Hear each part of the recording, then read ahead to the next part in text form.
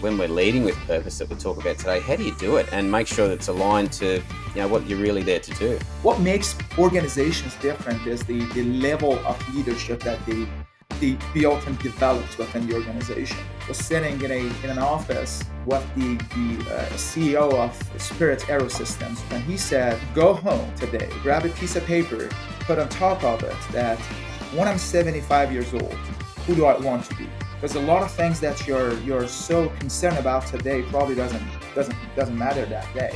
A couple of keywords that built in my head was development, delivering, and legacy. And I said, I want to be, in my organization, I want to be an entity that develops other people. That was my introduction to the topic of leading with purpose.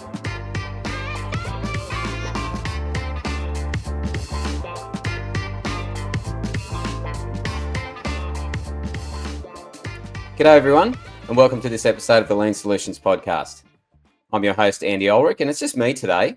And we're going to be having another fantastic guest on here. He's been on here before and talking to something that I find really, really valuable in how I interact in the working environment, but also in life in general. And that's leading with purpose. And how do we do that? And we've got a fantastic guest today. We've got Hessam Vali, and Hassam's going to share how he defines purpose in his leadership and how he keeps it aligned to his organisation's mission. So we're going to unpack this a bit. He's going to reflect on a pivotal moment when leading with purpose helped him navigate a really challenging decision. And I'm sure you've been in that situation before yourselves. We're going to unpack, what that was. There's going to be some practical insights, so things that you can apply. And also Hassam's going to give us some advice that we can take away and reflect on and then go forth and see how we can truly lead with purpose and help us all be successful. So I'll bring Hessam to the stage. G'day, Hessam. How you going? Oh, yeah. How you doing? Good. Great to have you on here, mate. That's awesome. We did the session together last time you were on the podcast, and so for our listeners who may not have heard that episode and want to know a bit more about Hessam, so sure. Hessam is the co-founder of Techam Solutions, and it's an engineering and management consulting firm, and they're dedicated to improving the bottom line through operational excellence and business transformation.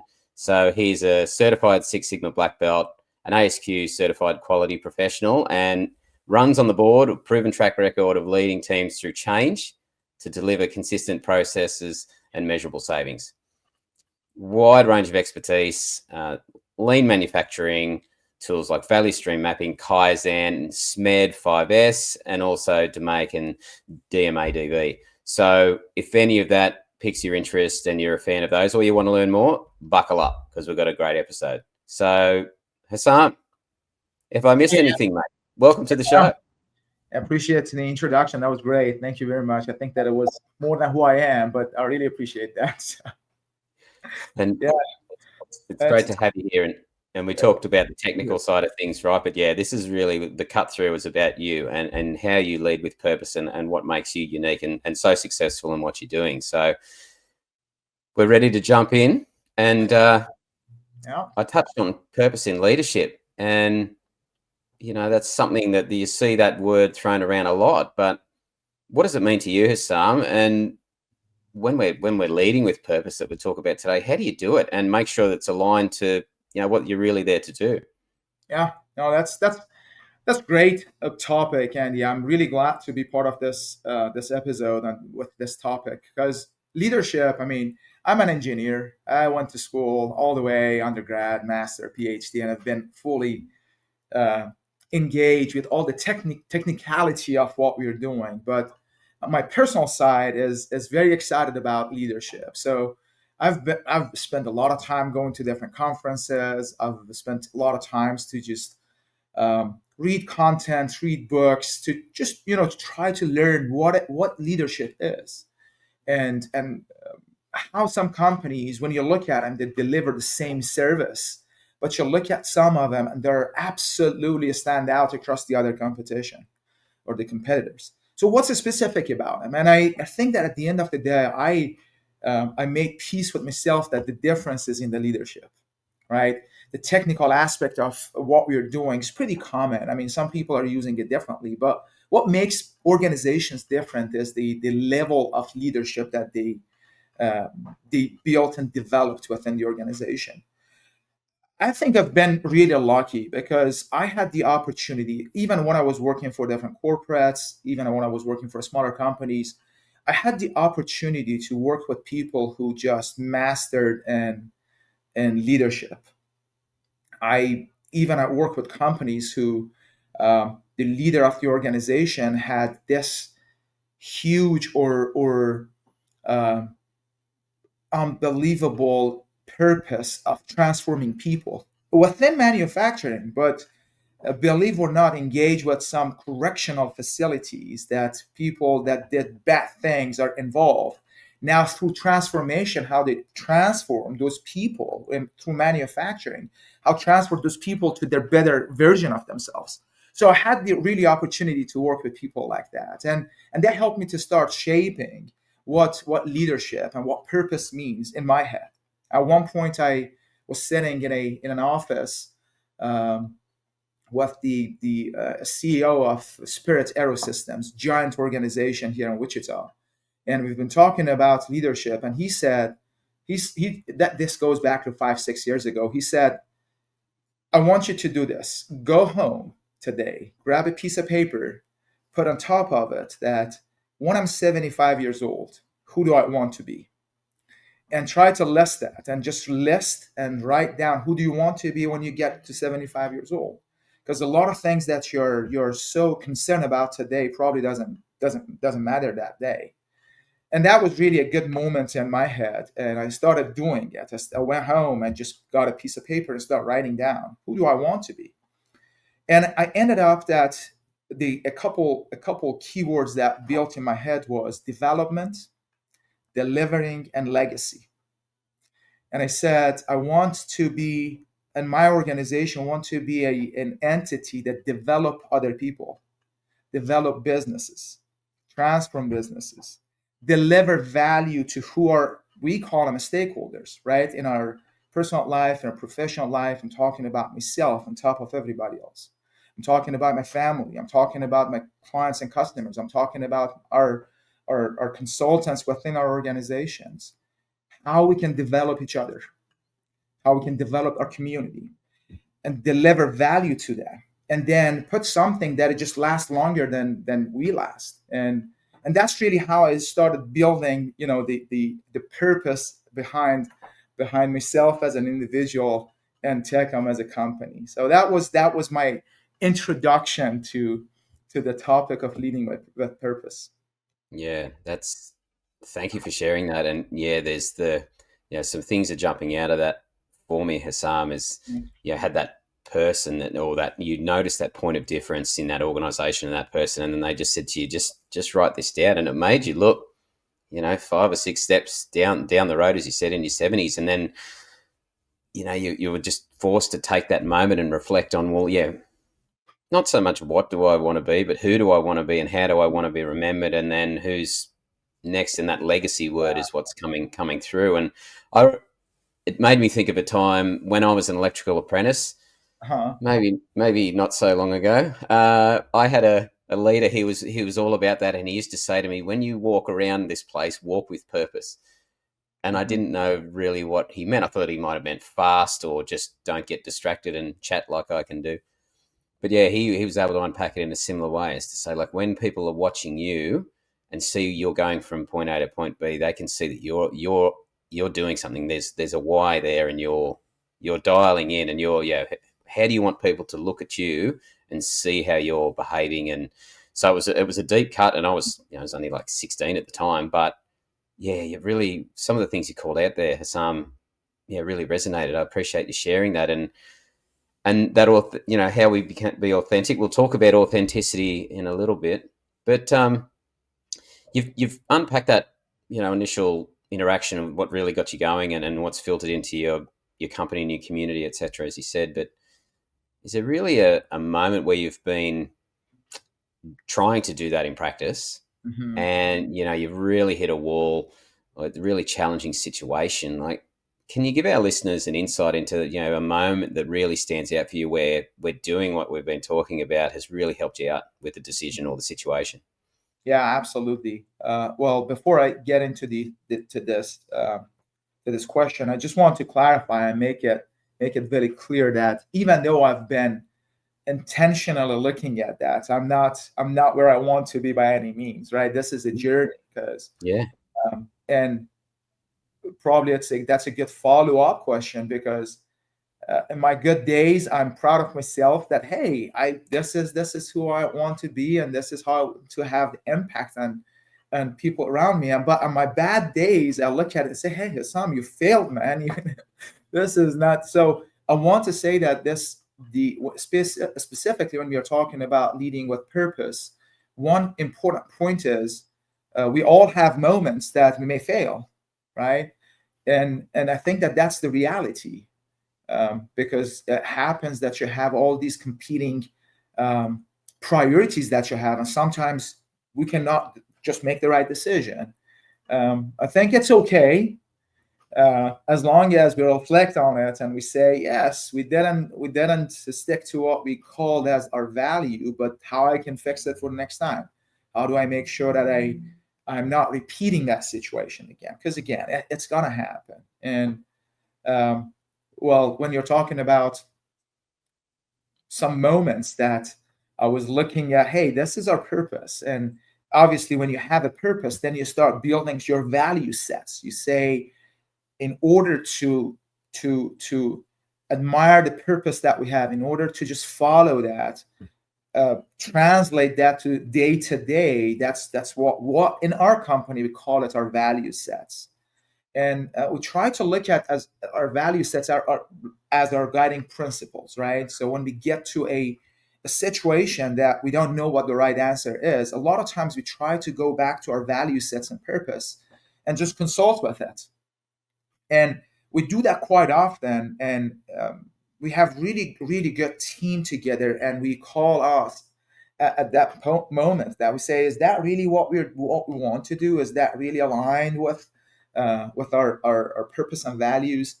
And again, there are points that we miss that target, meaning that we make decisions that if you look back to our purpose and values, we may say we should have done that. So I just want to give you a couple examples along the same line, that line. Obviously, as a consulting business, right? We when we have clients coming to us and requesting some services from us, we need to stay healthy. We need to look at the project and see how we are going to just meet the customer requirements. And sometimes, as a consultant, when you look at the problem statement, you may say, "That's not the right, that's not the right problem statement. You're, hey, customer, client, you're looking at the wrong problem. Even though if you fix this problem, it's not going to fix your problem really at the end of the day because you're looking at a symptom of the situation." And that's a really difficult moment to be because you may go ahead and say, hey, you're looking at the wrong problem. And they say, well, no, this is what we want. So if you're not a good fit, and you may lose that Yeah. opportunity, right? Yeah. The other side, you say, hey, we want to deliver value. So we know that this is not the right thing to do. And we've made decisions on both sides of that spectrum. We made decisions that we shouldn't have made that decision. We said yes to things that we should have said no. I mean, we had this particular clients at one point came to us, and it was an automation project. They wanted us to automate a process for packaging. And the whole problem they had was all unevenness that they had in that process. We did a bunch of time studies, we did a bunch of analysis, and we ended up with the problem is not really the area that they tried to automate. The problem is the upstream that feeding into that. Internally, we talked about it. That was a great project. It was a long-term project. It required a lot of engagement. And we shared our thought process that, hey, we're probably looking at the wrong problem to solve. We did that at one point, and they didn't like it. So we, instead of saying no, we believe that by doing or delivering that project, we are not going to fix your problem. we said yes to that and we accepted, even though we looking at our purpose and value map, we are not delivering value by doing this. Well, bad decision. We didn't follow that.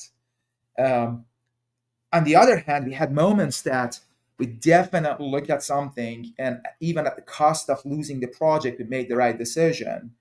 And a lot of times when you do it, some point in the future, come back to you, right? Even when we said no at one point, we developed trust with our clients, and they came back to us down the road.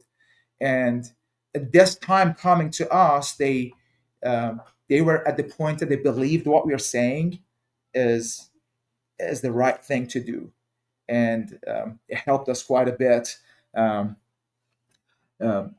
to just build that connection, the right relationship with the clients. Yeah. So Yeah, it's a combination, right? Making a decision, making wrong decision. If you look at your purpose, the question is, when you make that, are you aware of that? Are we aware of that to go back and reflect? yeah. I was just going to say, like, the key word at the start of that piece that you just shared there was reflection. So it's important we talk about it a lot in lean and continuous improvement, as we must, as leaders and teams, reflect and just go, hang on a second, where am I now? So we talked about the down the road, what do you want to be remembered as or by, whatever the right words are. Yeah, if you don't take that time to reflect and look at, hang on, am I leading? Am I following my purpose? Am I displaying that? The thing that also jumps in is like how, and we get asked a lot, is like, how do we actually really know or show others that we are or we aren't? Like, how do we measure that? How do we have something tangible instead of a feel or a vibe to go, you know what, by doing those things like that, we're living our purpose. Or the other side of that, like you said, is, well, actually, you know what, we kind of let that go. And as you said, they're bringing you in to pay you to provide expert advice, service, outcomes. And if you are brought in as that, and you start to unpack that just to keep the client happy all the time, yeah, it is a bit hard. You're devaluing that relationship a little bit, and the outcome won't be there. And then it can, maybe they might say, well, Hessam, we thought this was going to be heaps better and it didn't work. And that's where I think the power of no comes in as well. Like that, there's those, even if they, I think you said, even if they don't get us, it may in future, then they might come back. It's like, well, I might be they might have said no, but you know what? I'm glad they did. And they gave us a little bit of a checkpoint there. It wasn't just yes all the time. And that's really important, and can see that you've had those lessons learned on either side of that coin. So I really appreciate you sharing that. And I think, it leads into the next question I have here around there is, I talked about measures, or how so you feel it, you see it, and you kind of know, right? But how do you get your teams to really connect with that, the bigger why, or get them to plug into what you're doing that you believe is where you want to go? So how do you do that? Yeah, that's a difficult task. It could be difficult or it could be easy. And we are a group of consultants. So everybody looking at us as experts in what we are doing, experts in what we're delivering. So I just want to, for a second, I want you to go back to a great book that is called Good to Great. I'm pretty sure a lot of people have read that book by Jim Collins. And he's using this analogy of a bus, right? And he's saying that a company is like a bus.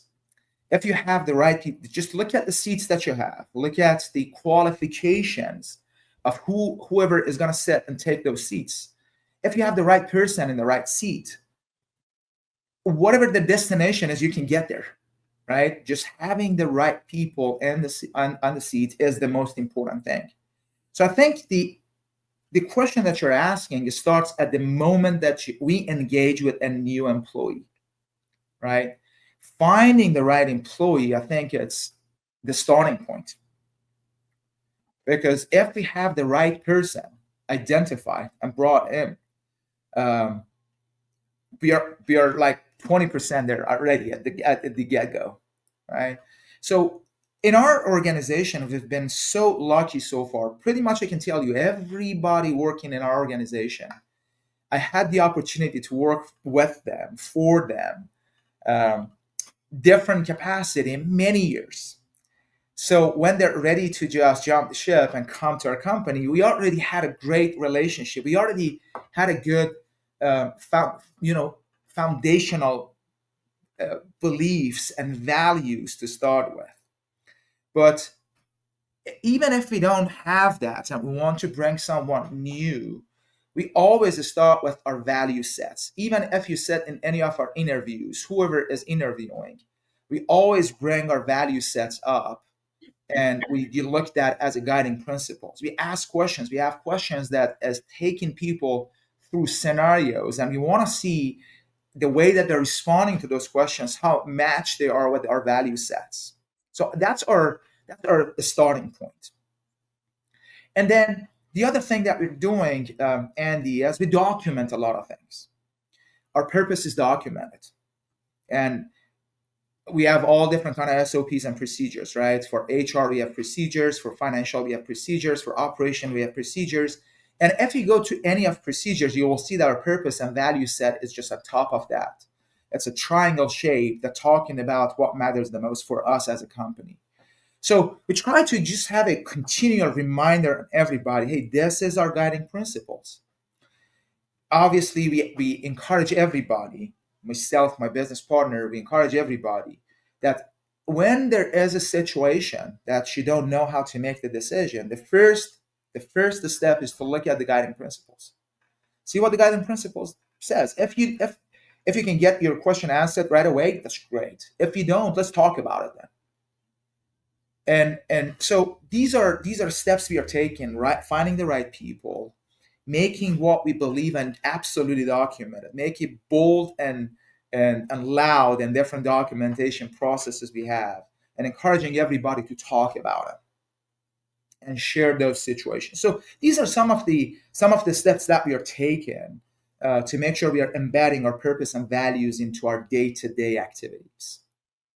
It's so great. And again, things that stand out for me, I love calling out the highlights in all of these things. So, yeah, really, you have clarity over what that really is. And we talk about standards a lot. So you've actually documented, you have your standard for what your purpose is and how you wish for others to know what that is, connect with it, see it, read it, and incorporating it into other documentation. A lot of places will have values just up on the wall in some of the front areas, and it's kind of there, and that's about all it is. You ask the people on the floor, what are the company values here? And they're like, I don't know. Or when we do a toolbox talk, we call out a particular value that's in focus, or if we celebrate success, it's like, well, which value are we living there that we are giving you this recognition for? And it's just that continual cut through. And I work with a lot of HR professionals, and they sometimes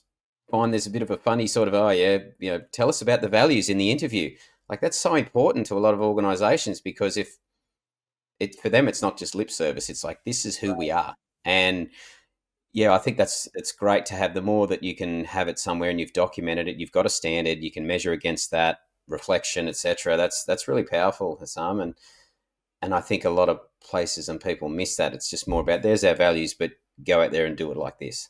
One of the companies, I just want to talk about a really interesting practice that I've seen. We are not practicing it ourselves, but I think that that's a great practice. And I've been thinking about it, how to bring it in life in our company. But I'm working with this particular manufacturing here in Kansas, and they're big in values, and they live that, right? So it's not just something that's on the wall because it's nice. This is something that the leadership team lives those values, and you can see and feel. Just walking in the shop, you can feel that. So one really interesting practice they built this program, they call it Value Champion. So they have all these storytelling that they're encouraging people, even at the lowest level, at the shop floor, the janitor who is cleaning. If you see someone is doing something that is tied to the value, go to the storytelling board and just put it in there. And they look at those the storytelling, and they ask people constantly, and they put surveys out, and they define these value champions on a quarterly basis. So people selecting their peers as the value champion, and they celebrate that. So I think that that's another really great tool, because it's not top down approach, it's bottom up approach that make it really spread out across the whole organization, as opposed to just the leadership team practicing it. It is so cool, and it's not just the boss is playing favorites, or they just like it's one of your own, as they say, and they have it at my son's school, and it's called a Gotcha Award. And what it is if somebody sees you doing something in the playground or in class that they've got the values up on the wall, and they go, actually, I think he's done that. They actually go, here's a Gotcha Award, and they don't get it in the moment that they're doing it straight away, but it's like, it might be 10 minutes later, or it's just like, actually, one of the kids in your classmates saw you over there helping that kid who'd fallen over and hurting himself. That's living our values. And they've recognized that. And as you said, like the reward and recognition coming from, the team, so powerful. And if they do recommend someone for an award and it's not quite hitting the mark, it's an opportunity to coach and advise and say, well, look, that's close, but what we're really looking for is something like this. And you've got another example to point to. So, and it's pretty much aligned with all the lean practices, because then you talking for just a second, talking about like visual management. So in this particular company, or the daycare that you're talking about, walking to the lobby and looking at the wall, and you see all the value champions or a gotcha moments that you're talking about. That's the visual management, right? That's basically the excitement. So you can see, hey, you can be on the wall, and you know how to get there because the value is absolutely clear. So there's a path to it. And if you want to just get on the wall, there are steps to take, or there are behavior that you got to practice. So I really like that program, that way of working and expanding the right behaviors across the whole organization. Yeah, the classic employee of the month, or there's an initiative where if you were employee of the month, you got the car park right at the front, right near the bathhouse where you go in. They didn't have to park way out the back or even pay for parking, right? The face was put up at that and said, yes, this month it's Hessam. And people, it would absolutely drive that. Well, why are you parking there? Why did you get that? Yeah. And it's like, well, what I did was, and it's not just as I said, like the boss is just picking favorites, or it's like, well, actually, I got this because all I did was I just went and that's, living that value. And people are like, how can I get there? It gives them that, they get excited, or that it becomes a bit competitive too in a lot of places. It's like, how I want that car park, or I want whatever's of value to them. There's not just one way to do it, but that was just one where, if nothing else, some of the negative people would say, oh, well, what did you get that? I live the values, and here's a tangible measure, and all those other places on the wall. Yeah, the story behind that. It's the story. That's the powerful piece behind it. That it should be, if you're talking about values, there should be always stories to support it. Right? It's different in many cases. The story. You got to look at a number, or you got to look at a KPI. But I think when it comes to the value and purpose, I think that the stories behind those actions, I think, absolutely powerful and touching. Yeah, it becomes not just that a good scorer beats a good player thing. Right. Then it's like, no, this is actually, these people are actively doing it, and we're going to see it and reward it, and then others can follow. And I think, people, even just being who they are. I touched on authenticity before, and it's really important in this space. If you have a purpose and it's authentically you, tell us a bit how, in your experience, Hessam, we talk about that impact it has to trust and credibility with your team and stakeholders. So, how do you show being you connects them to the purpose and moving forward? The first thing is, Andy, I think if you're not authentic, right, people see it. if I'm doing something and I'm playing a game, I mean, I might be able to just uh, you know uh, get what I want the first trial, the second time, the third time, but eventually, I mean, it will be just become very obvious. So I think that the you're talking about authenticity and trust, and I think that there is a really solid link in between. I mean, there might be, if I'm not authentic, and I may do something that builds some level of trust, but because it's not on a solid foundation, we'll just basically going to lose it.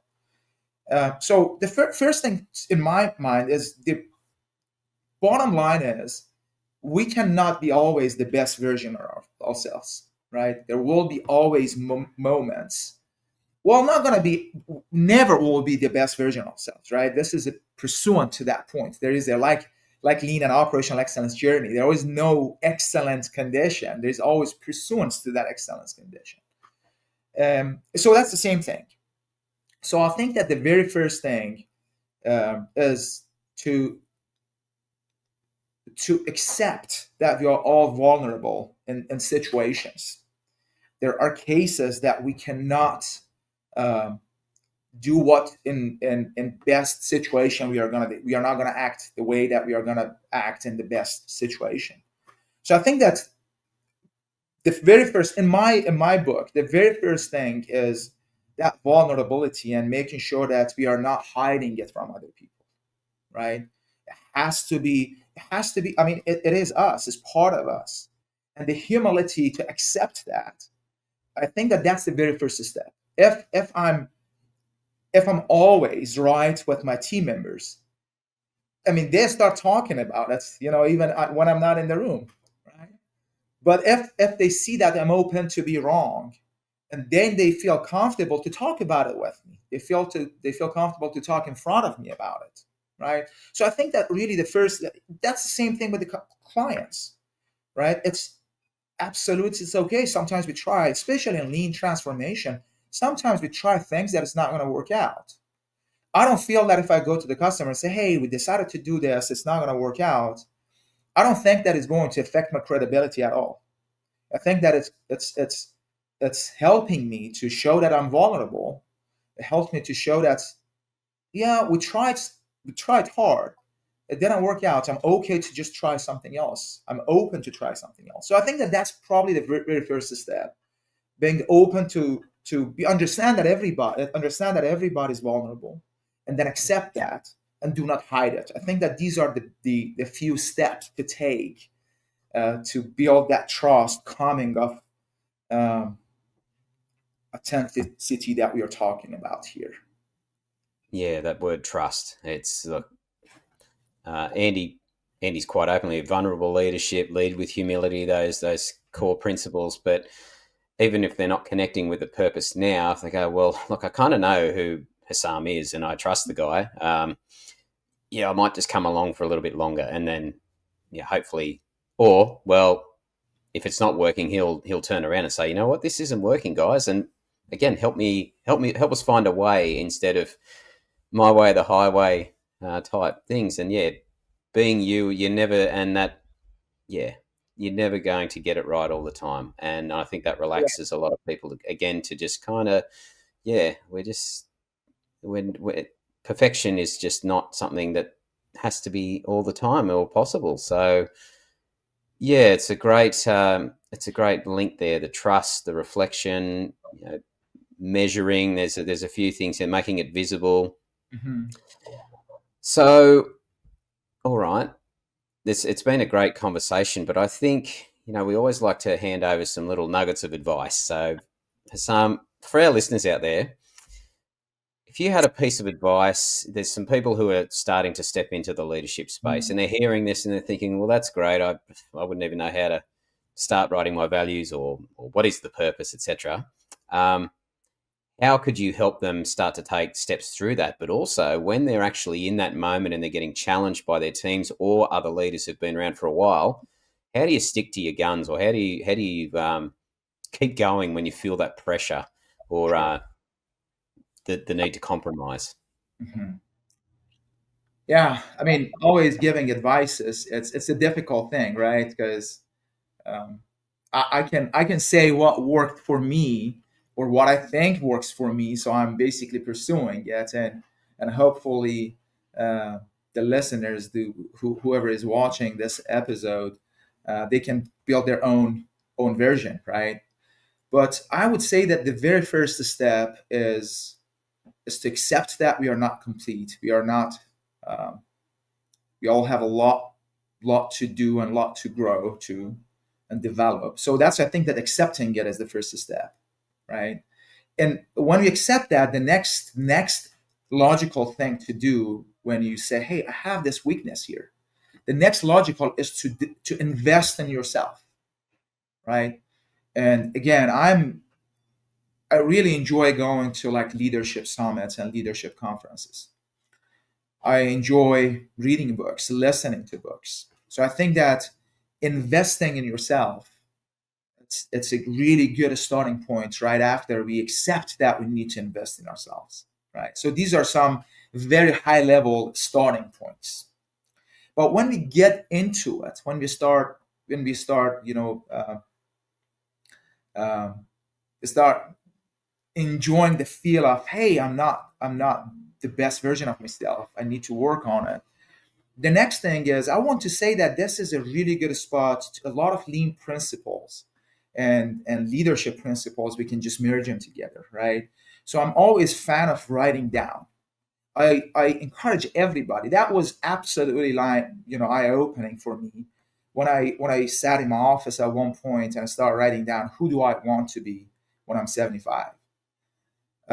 And start writing it down. Who do I want to be for my family? Who do I want to be for my community? Who do I want to be for the team members who are working at Techam?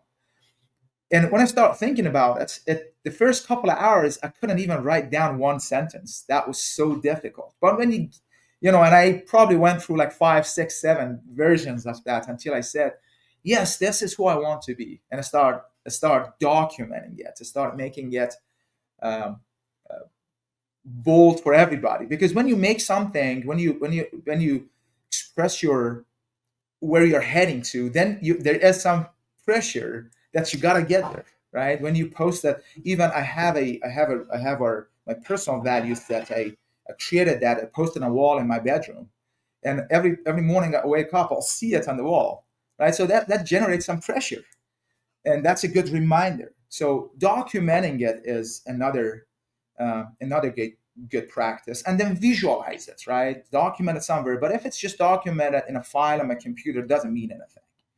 Make it accessible to in different platforms that people go, they can see it. If I want to look at a expense report, how to create expense report, I go in there, I see our value set at the top of the page, right? Those are good reminders, and encouraging each other in our company to talk about it and consult with our guiding principles. I think that was another good step that we take. We still have a lot to go, a long way to go, and a lot to do, but I think that these are good steps that people can start practicing, right? So Yeah. that's my Thank you. Yeah, getting started, documenting. I had a great experience. Katie Anderson, she's been on the podcast quite a few times, uh, and I went to one of her workshops when she came down to Australia. And yeah, we did a purpose exercise, and it was just drawing a picture, and that mhm. was hard. I Yeah, was like, that's whoa! difficult. Straight off the bat, I was like, oh, okay, what do I want to? Who do I want to be? And what's my purpose? And what do I want others to see? And then we. Yeah, and then that was the visualizing piece, was to then show it to others without telling them what it was meant to be and seeing what they got out of that. And that was a really good exercise. Like you said, it can be quite hard to write it down, but you document it, then make it visual, then you've got somewhere to start and start to make that connection through to the teams. And You know there's, what makes it difficult, with all honesty here, because you want to write something that is really cool, that's really good. Everybody reads that and be impressed with it, right? That's what you want to do. But the other side, you say no. You just want to do who you really want to be, not just be something that people admire and people be impressed.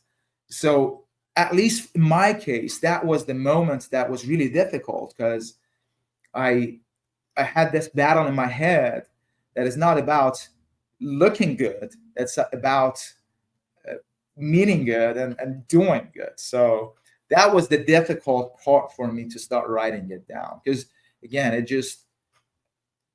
you got to look at your weaknesses, you got to look at your strength, and then start building it. So that's what made it really difficult for me. Yeah, reflection, and sometimes hard reflection, but just getting started. Just anyone who's watching or listening here, take Hassam's advice. Just get a bit of paper and just start jotting some things down, and just start. And I've found that personally valuable as well. So Hessam, it's been a great conversation. It's been great having you back on again, and I'm sure we'll have you back on in future. We'll just do a bit of a wrap up here. So if people want to connect with you and your organization to find out more about you or what they can do, how do people track you down? Yeah, that's great. So I'll provide my email address, Andy, when you're posting this. So please feel free to just share that with the audience. Our company, we have two companies actually. One is www.Techam Solutions, TECHAM Solutions.com, and the other one is uptegritysolutions.com. And my email address is Hessam@TechamSolutions.com or Hessam@uptegritysolutions.com. I have access to both, and I'm pretty active on LinkedIn as well.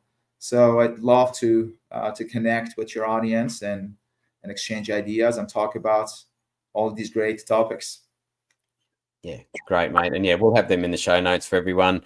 And yeah, it's been a great conversation. Is there any final sort of reflection or wrap up, Hessam, that you want to leave us with today? Well, I would like to appreciate you, Andy, and Lean Solutions podcast. That's been a pleasure to be here for the second time. I really enjoyed talking to you all and share my story with the audience. It's not necessarily the best story, but it's my story. And again, I wish everybody a great amount of success and pursuing their leadership journey or getting into it or advancing in it. It's a journey that it definitely pays off for the individual who's getting into it and the people in contact with that individual. So good luck. Yeah, good on you, mate. And that's what this show is all about. It's your story. We have authentic, real life examples and stories and guests. And, you know, there's something in all of that for everyone. And we really appreciate all of our listeners and people watching on here for jumping on. And we look forward to catching up with you next time. So see you then. Thank you. Appreciate it.